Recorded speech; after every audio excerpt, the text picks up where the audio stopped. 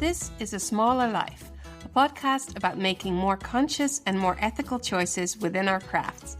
Hosted by me, Saskia de Feiter. I'm a small business owner who wants to grow by going smaller. Together with local makers, I make tools, yarns, and accessories for knitters that want to buy less, buy better, make more, and make it last, keeping away the overwhelm and all the ridiculousness of over-consuming within our crafts. In the podcast, I endeavor to answer the question we ask ourselves before we start a project. What do we buy? Where do we buy? Who do we buy from? Or don't we buy at all, but use what we already have? Because when you think about what you do, you take more time and end up with less of everything. As a result, you'll get a smaller life.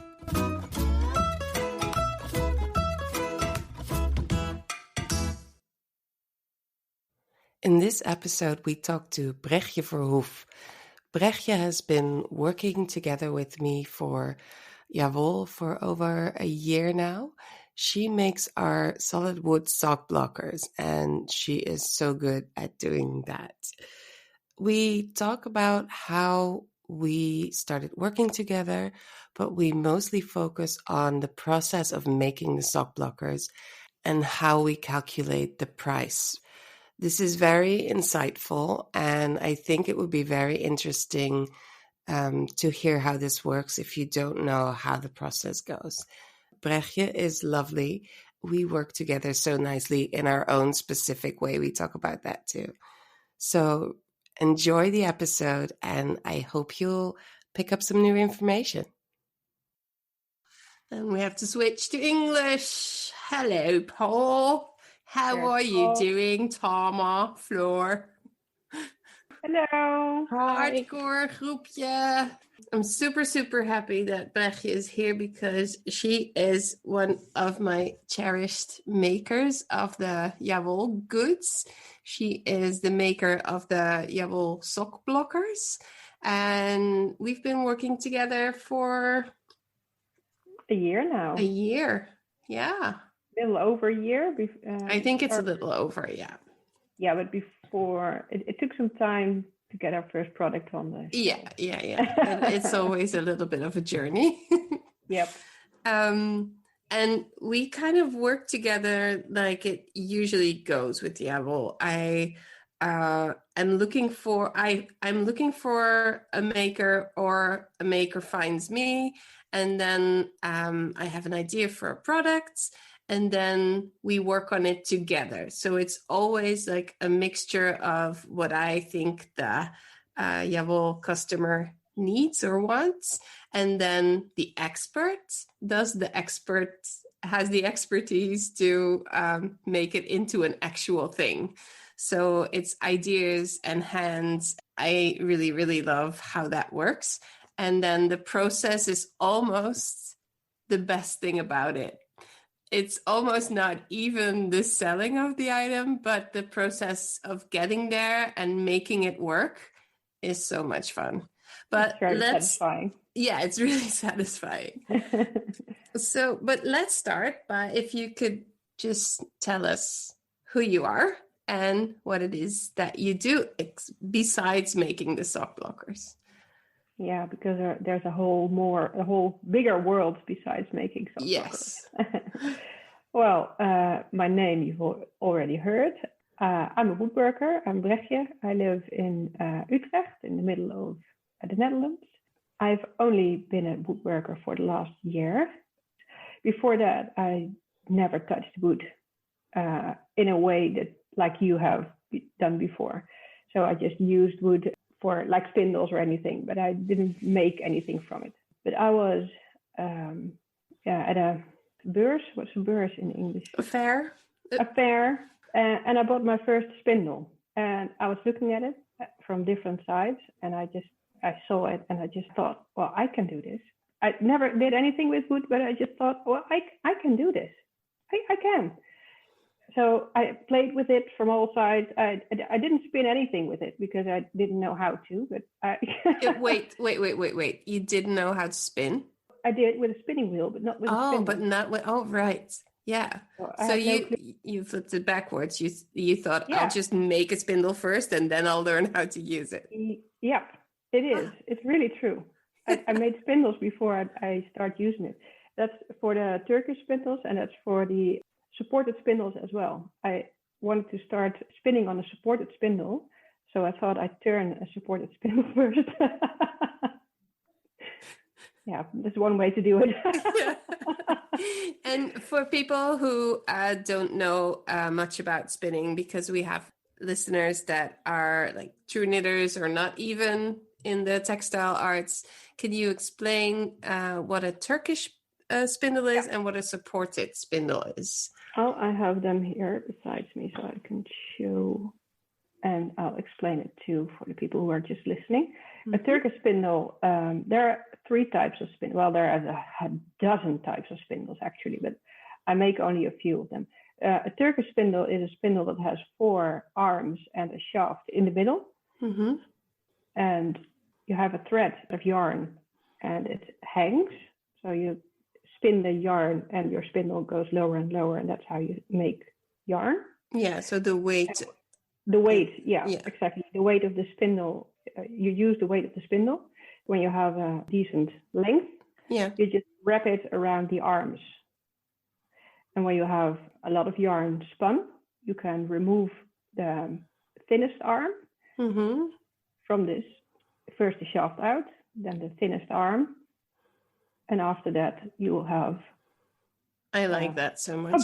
It looks a little bit like it's the simplest jigsaw puzzle you've ever seen. Like, so yeah, there's 3 pieces. You first put in the 2 pieces together so it makes a cross, and then from the bottom to the top you put in the shaft, depending on where you live, in England or in America. And then and the fun thing is, if you wind the yarn onto the, let's call it the cross, or does it have an official word? No, it's just a cross. Yeah. And then it looks a little bit like a turtle. It's so cool. Yeah, you make very turtles. cute too. Yeah. So and it's really convenient, because if you take out the pieces of wood, you end up with a ball of yarn, which is, you don't have to wind the ball anymore. It already is a ball. Exactly. And it's really hard to imagine if you're not seeing it, but Google it, people. Google it. Yeah. Go to Bregje's website. It will be, we'll communicate the website. Yeah.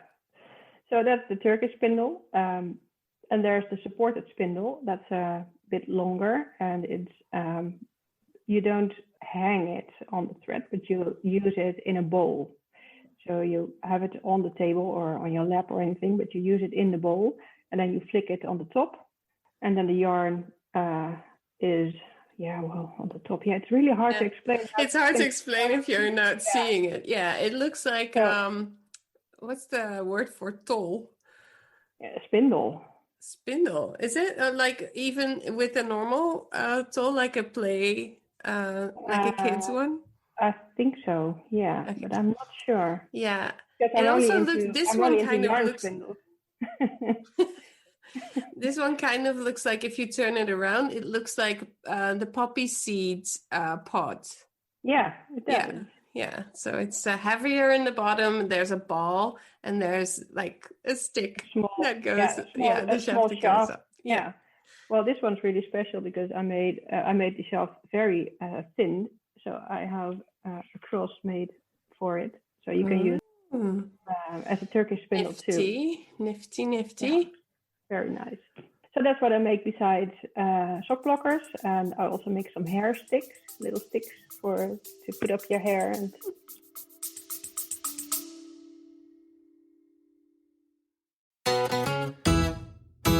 hello, friends. I just want to say something to you quickly. So if you're liking the podcast, if you're liking what I'm talking about, consider joining the mailing list. I have bi-weekly updates on the podcast and or business insights and tips. The occasional exercise to get you ahead. If you want to actually talk to other business owners about the things that I talk about here on the podcast, why not become a Yavol community member for as little as €8.50 a month? That's like buying me coffee and a croissant. But don't do it for me though. Do it for yourself, because I promise that you will get something out of it, either the emails and or the community. So you can either go to the show notes or sign up through yavel.myflowdesk.com/pattern shift. I hope you'll join us.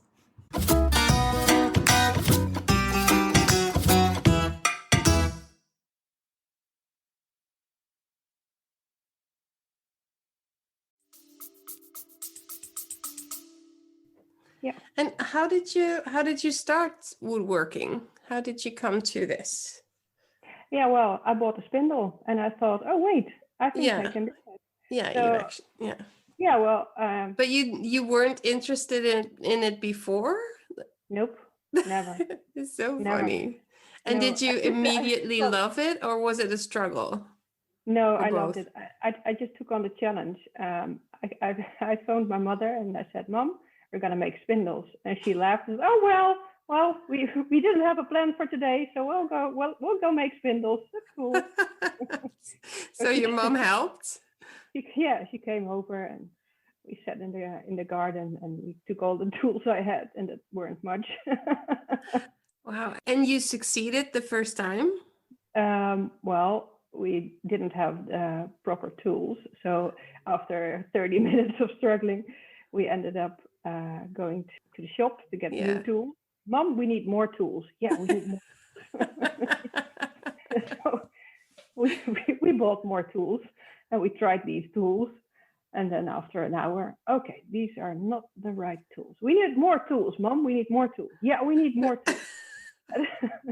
So we went back to the shop, and then my mother kept telling everyone, "Yeah, we have a new business. We make spindles." So, but you make and one, then and you immediately make it into a business. Yeah. Well, no. Yeah. Well, I made one, and when it was finished, I thought, well, this looks like a spindle. I can make another one, and then I made another one and another one, and then I had 6. And when I had 6, I was really happy, and I showed it to a very experienced spinner, and she said, well, I can try one if you want. And I said, yeah, well, go ahead, try one. And it was very unstable, and I was like, oh no, what's going on? I didn't even test them because I was just, it looked like a spindle, so it should work. She advised me to shorten the top, so I just took off a centimeter of all shots, and then they were stable again. Nice. And then I put them on the internet, and you bought the first one. That's right. I did. I kind of forgot that. I was the first one. And I love it. It's so tiny. It's so cute. It's kind of misplaced with it's not lost. It's not lost, but because I moved, and today I'm actually, if you're on the community, you can see I'm working through my works in progress. So I'm going to find it. It's in one of the bags. Well, I still have that centimeter I cut off your top. It's still in my kitchen. Really? I'll keep it. We can, because we've never met in real life. Nope. So we can bring them together one day. Yeah. It's really, really cute. It's like, I think it's about 4 inches, 10 centimeters long. 10 centimeters. And it came in a little tin. And I think I have a Haagse hopjes tin or something. It's Dutch candy, and it's super cute. And I take it if I go on a holiday, it goes with me because it's so portable and it's so fun to do, and I love it. And it has that inexplicable thing that handcrafted items and handcrafted tools have. It is so different from anything that's not handcrafted. There's no way I can explain it unless I go a little woo-woo. It just has soul. It has a lot of life put into it, and you know it when you use it, you know it when you see it, and it makes the world of difference when you compare it to items that are not handcrafted by somebody that does it with love. Yep. Do you always love doing it, or do you sometimes throw around your tools because you have an off day or off tool? I'm in a very luxurious position that I don't have to work. So I only work when I feel like working.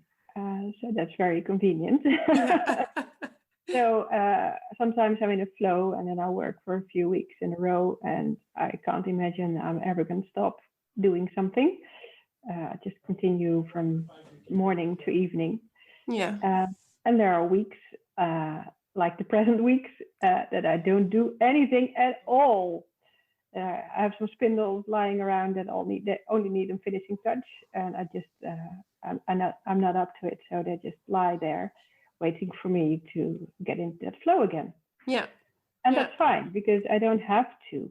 No. And that's the best part because my work is being creative. And I think that if I force myself into working, my creativity will get in the way. It will get in the way of my creativity. There's definitely a balance there that is important to keep looking for.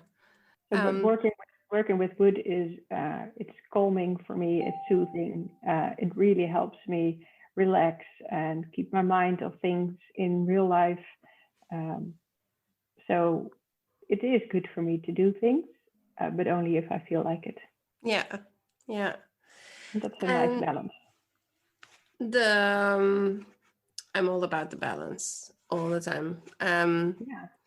Yeah. Sometimes I had this weird day today as well. I had like a huge headache and a lot of things on my to-do list in my bullet journal.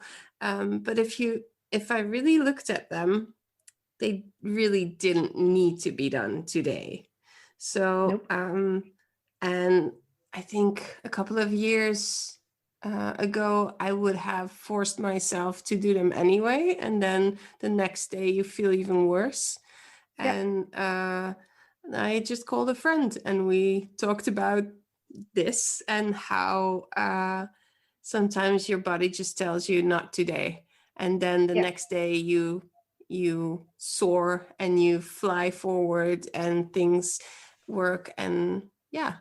So, and I think as business partners, I think we have found a balance as well, because when you make the sock blockers, you usually make quite a few. And at the same time, they only go online when they're ready. And so I also do now, we put in, if they're sold out, people can still order them, but then I talk to people about how long it will take before they get ready. So there's always communication about it. There's never like a solid promise unless they're online at that moment. So you can always communicate with the customer, and that's great. It works fine for you, for me. I think for the customers, I haven't had any complaints yet. No, there's just no pressure, and that's relaxed for everyone. And I think that is, like Jawohl turned in that kind of business. So it's all good. It's all good. Well, okay. You can run your company in a shop style or the artist style. And when I mean shop style, you want to have everything in stock all the time. And when you do it artist style, you just make something. And when you have it made, you sell it. Yeah. And that's what I want to do. So I only sell what I have. Yeah. I don't feel pressure about making something. Yeah. Yeah. Sounds healthy to me. And if it's as sustainable as in your type of business, if it works, it works. I think for some people it might not work, but for us, it works like a charm. Yeah, definitely. Yeah. And would you mind telling us a little bit about the process of making the sock blockers? I've got them right here. You can hear them. These two pairs. Sock blockers are basically wooden shapes in the shape of a foot/sock. And if you knit your socks and if you are ready with them, you wash them and you let them dry on the blocker. And this helps give your sock the shape and size that is always consistent. And also it makes the stitches really shine. And if you have a little bit of open knitting or lace work, it makes it really look really good. And what we made together is sock blockers that are 2 sizes. So the leg of the sock of the shape is also the foot and the other way around. So you can use it for 2 sizes. So if you have a family that's well balanced, you only need one. And otherwise you just need to, instead of maybe 4, 5. So yeah. And now I'm going to let you take the mic and tell us about how you make them. Well, making them is not even the first step. Then you have to pick the wood. Picking the wood is first in process. We wanted to make the sock blockers look very pretty. So we wanted very nice wood. And we also wanted sustainability. So I don't want to run off to some big wood shop and buy exclusive, expensive wood from a rainforest or something that has flown over the world and made a lot of kilometers. So instead, there's a local wood shop. Actually, it's a wood turner, but he sells wood as well. And he had a lot of beautiful European wood, European nut, European walnut. That's it. But wood, it wasn't flat. So to start making them, I have to make it flat. Well, I'm not doing that myself. The wood turner does it for me because he has a lot of very pretty equipment that I can't afford. Well, maybe if I could afford them, I wouldn't be able to stash them in my living room. But because for the people who don't know, I work from my living room. Yeah, she has a woodworking shop right in her living room. I can't believe we missed that part. It's the funniest part of all. Yeah, it is. And actually, I wanted to move everything to my shed the other day. And my mom, I thought it would make her happy, but she said, "No, don't do it. Don't do it. I'm already used to it, having it in your living room. So leave it there now." Okay, I'm leaving it.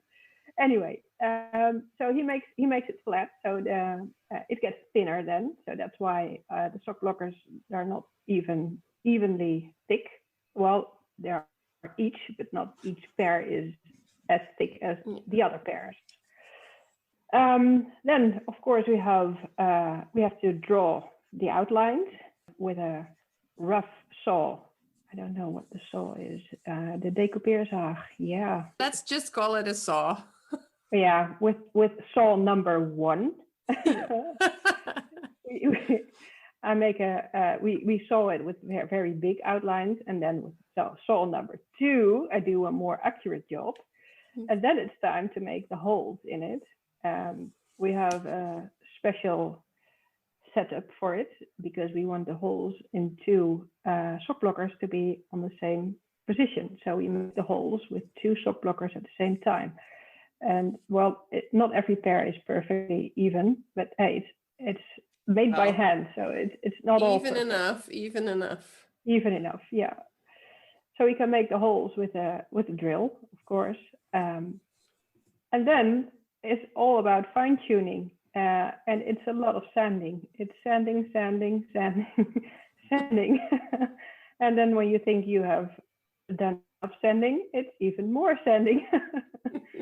They're really, really smooth. If you feel them, they're super, super smooth. Yeah, I think most of the time it takes a little over 2 hours to make them, and 1 hour make one pair. Sanding.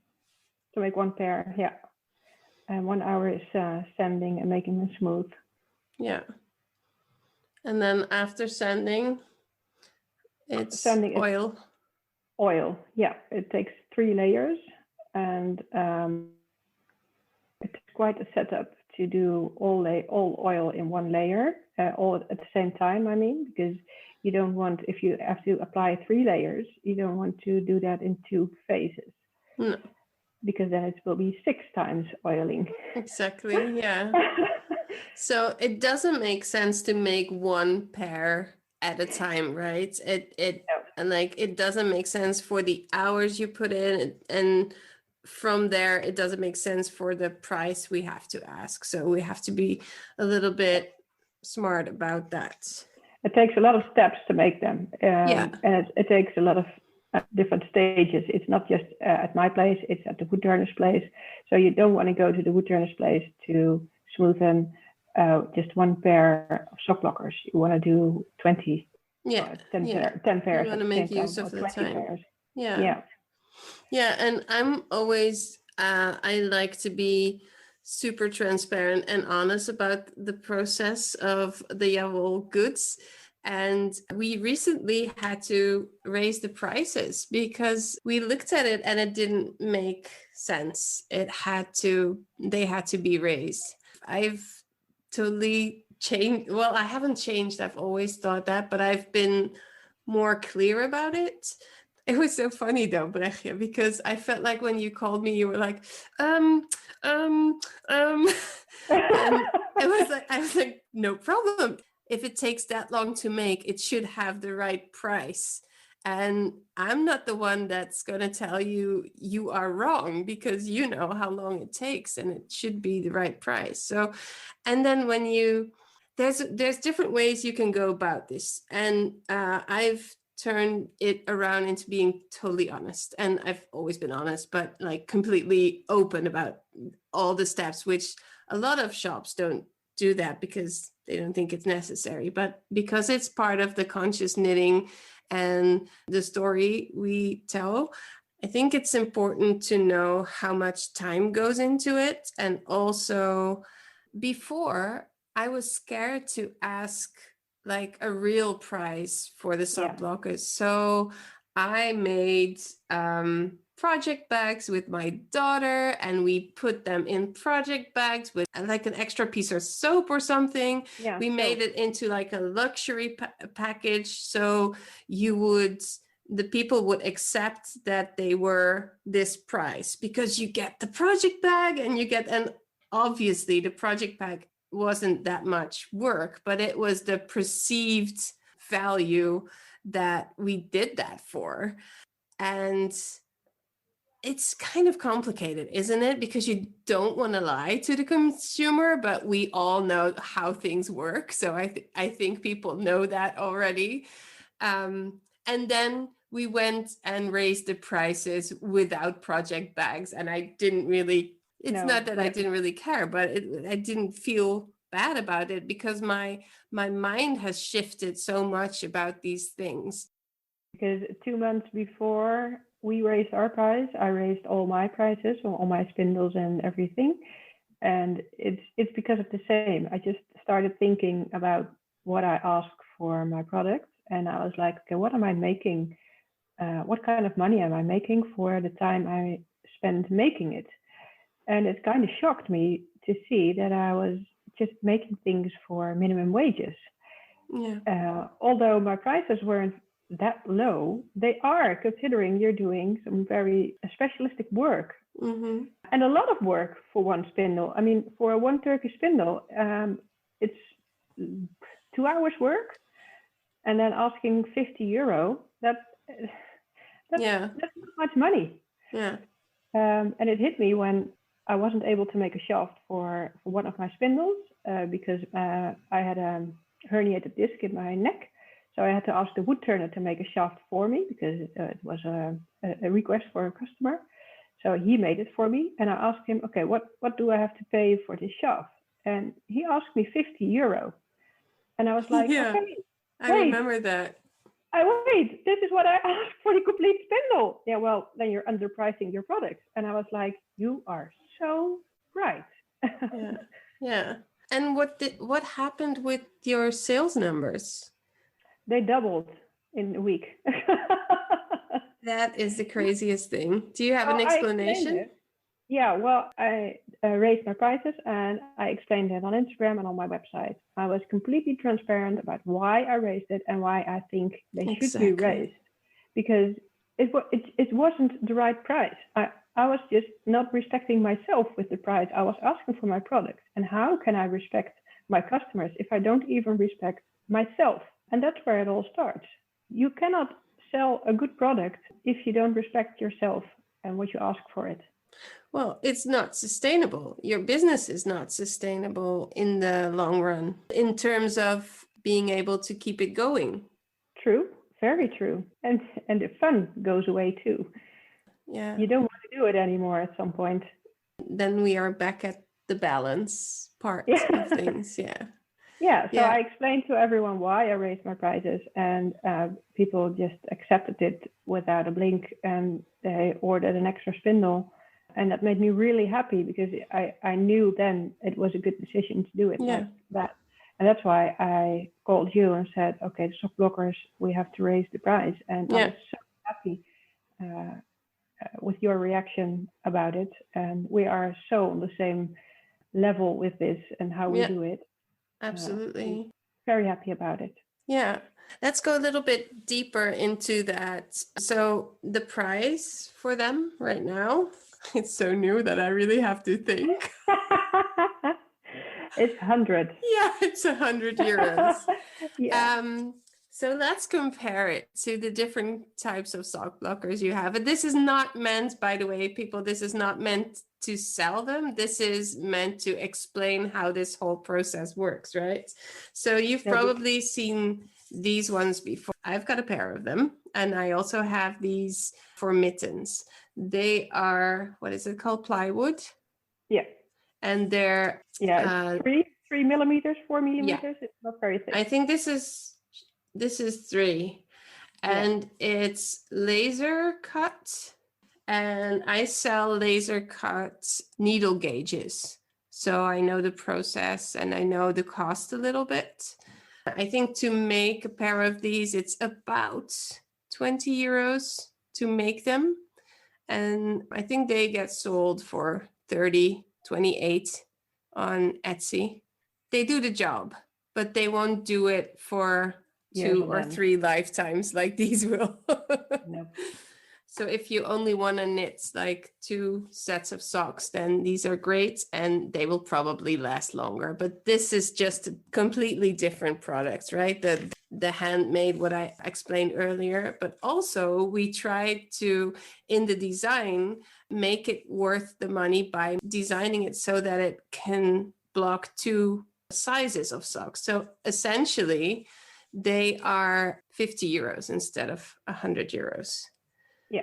And a size. Yeah, for solid wood, handmade, all of that. And we forgot one step. When they arrive here, I brand them with the Jawohl brand. That also takes half an hour when I do them all together. So, and this is like the cheapest version is obviously the plastic ones. These are probably 4 cents to make. I'm not sure what they sell for. I think these have a huge profit margin because I think they also are around 20 euros or not. Yeah, they're 23, 24. Yeah. So plastic. I don't know.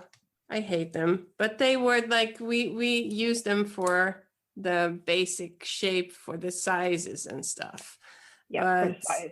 Yeah, we kind of stole them a little bit. For our sock blockers, it's when I round it, it's 10 euros, just material only. Yeah, and then not the hours. So 2 hours of work, 10 euros in materials. Yeah. And then obviously I do photography and marketing and all of that goes with it too. So there's your 100 euros explained. I was wondering if we talk about sustainability of a business, do you think of yourself as a conscious business owner? And if so, in what ways? I definitely try to be, in different ways indeed. I try to use materials again and again. I don't buy wood, for example. I'd rather get wood, and it's not because I don't want to spend money on it, more because there is so much wood unused that I'd rather use than get some exotic woods from anywhere over the world. So that's my main goal, try to get leftover wood that I can use because my spindles are small, so I only need small pieces. Mm-hmm. And I'm doing a great job in doing so because there are a lot of artists around there making bigger stuff, wood stuff, And they all have some leftover materials that I can use. And then that's not 10 euros. So 10 euros is when you have to buy it, then it costs 10 euros, but you Yeah, that's try for the to. sock blockers. Oh, for the sock blockers. Yeah, we're back to the spindles. Yeah. Yeah, Great. for spindles, I can do it in another way. But for Yeah, the sock blockers, I have to buy wood because those are large pieces. Yes. Okay, got it. But for the other things, everything that I can reuse, I will reuse. So boxes for sending packages out, they're all reused. That's what I think of right now. Yeah, you basically don't need much except for tools. The tools use electricity sometimes, but Yeah, well, yeah, but I do need a lot of tools. yeah. I mean, just for sanding, I could have 3 or 4 different tools. And when I make something, I think every time when I'm making something, I dream about the next sanding tool I'm going to buy that's going to save some time on sock blockers, for example. Or when I was making the last sock blockers, my biggest sanding tool makes a lot of noise, and my neighbors are starting to complain about it. Yeah. And I can't blame them, to be honest. So I was dreaming about my new sanding tool that would make a lot less noise. How do you do that? How do you do woodworking in your living room when you have neighbors? Well, one pair of neighbors, they are not friendly neighbors, so I don't mind if they if they hear me. Sorry. But the other neighbors, they're really friendly and I really like them. So I really want to stay friends with them. So I just go over there and I ask when they are at home and when not, especially when I have to make a lot of noise for a long time. And then we'll just discuss when it's a good time for them. And then I'll just do it then. That's the only way to do it. Yeah. When I do smaller work, like the wood turning doesn't make as much noise as the sanding. The sanding is the worst. Yeah. Yeah. So I really have to do the sanding when they aren't at home. So the last time we made the sock blockers, there was a package for my neighbors, but because the neighbors weren't at home because I was doing the sanding, they brought the package to me, and he said, "Oh, you're doing some serious business over there." And he said, "Well, glad you're home." Yeah, well, glad I'm home because the neighbors aren't home because I'm doing this serious business. Oh, that was quite fun. Yeah, I was thinking that you said you don't have to survive on this business, but I think in our communication, you are a true businesswoman. You don't do anything without thinking about it. You have a clear vision, you have a clear goal, and you really want to get paid for what you do. Do you have business dreams for the future? Oh, yeah, I have so many dreams. I have so many products I want to develop and I want to make. Tell us. I've designed a niddy noddy to make. You have to explain what that is. Oh, a niddy noddy, yeah. I love the word. Yeah, the niddy noddy is the most fantastic word in the spinning world. Niddy noddy is a tool when you spun some yarn and you want to make a skein. You wind it on a niddy noddy, and when you do so, a niddy noddy has standard length of one winding. So you count the windings on your niddy noddy, and you know what length your yarn in total is. So you have your skein, and 2, you know how much yarn you have made. And I want to make a niddy noddy that can be used in 2 ways: a niddy noddy for big skeins and a niddy noddy for small skeins, because mainly I focus on spindle spinning. Mm-hmm. So people will have small skeins, and most of the niddy noddies out there, they are designed for large skeins for spinning wheels. And even if you have a small turtle on your spindle, you want a nice, fancy, small skein outfit. And you don't want to get lost on a large niddy noddy. Yeah. No, you don't want to get lost on a large niddy noddy. So no, we don't want to get lost in the niddy noddy. No, you don't want. So, I want to be your first customer again. But we designed it already. We know how we are going to make it because I'm not making it on my own. I have a friend who wants to help with me doing so. He helps me with sock blockers sometimes too. So we designed it with time in Yeah. problem. But you have until next year, because this year I can't buy anything new for myself. So True. I promised myself that. So no new items for me unless you use it first and then I take it off you. Then it's not new. And it definitely helps if there aren't so many people ordering sock blockers, because every time when I think, okay, now I have time to start working on the nitty noddy, then you give me a call and say, okay, can you make some new sock blocker? Yeah, but now I've got a few still in the shop, so now you have some time. Yeah, I have time, but now I don't have the flow. That's another problem. Okay, so but that will come back. That will come back in time. So I have the nitty noddy, and I have the molenhaspel. The Swift. A Swift. Is it the Swift? Yeah. And I want it with a electronic counter as well. So that's each. Yeah. Nice. Oh, I'm gonna make such beautiful things. You're gonna definitely keep an eye on you. Definitely. Well, I thought about it all, about how it's gonna work and how it should look like and how it would be, but it's just time. And I have some supported spindles I want to make in different styles, because now I make them from one piece of wood, but I want to make them from two pieces of wood. It's just that I'm not educated to be a woodworker, so I have to learn everything myself.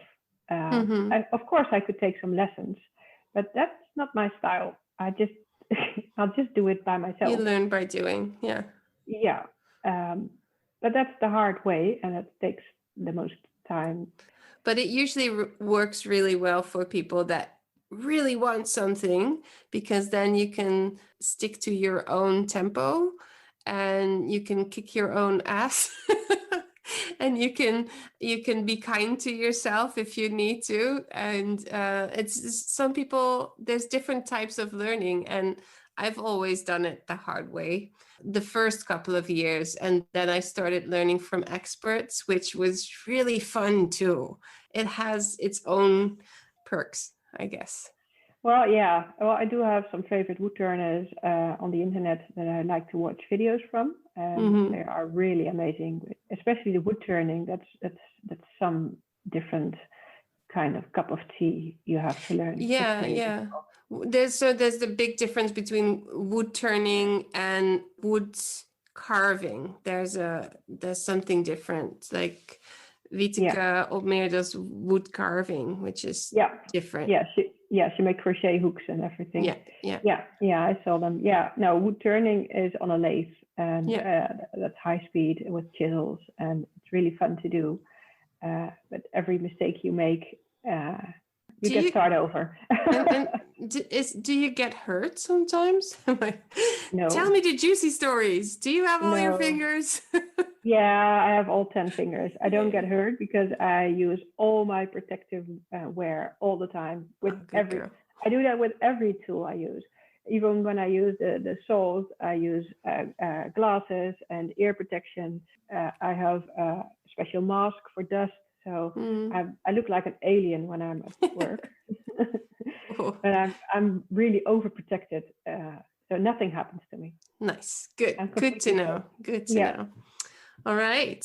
I think we're coming to the end of our talk. I think it was very, very interesting to hear the whole process and to know that you're working from your living room and how you started doing this, which is crazy.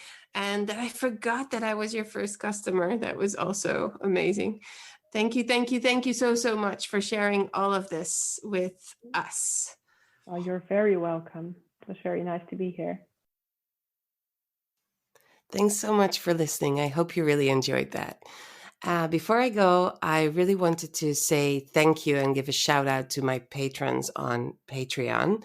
Karen Smilda, M. Nusle, Anne van Woensel, Sanne, that is Sanne Lasche, Marianne Mast, Shanna van der Jacht, Megan Kerr, Sietske Kooijman, Helene Boestad, Evelien van Dorp, Helena Tims, Carmen Jorissen, and Anja Rudolph. Thank you so much for supporting the podcast. A Smaller Life is more than just a podcast. It's connected to Javol, an indie yarn and tool shop from Rotterdam in the Netherlands, with an online community that's all about bringing back the consciousness in our crafting practice and businesses. The website is www.ja-wol.com. Find our Conscious products, learn more about the free community, and sign up for our Conscious Knitting Club membership and our weekly newsletter.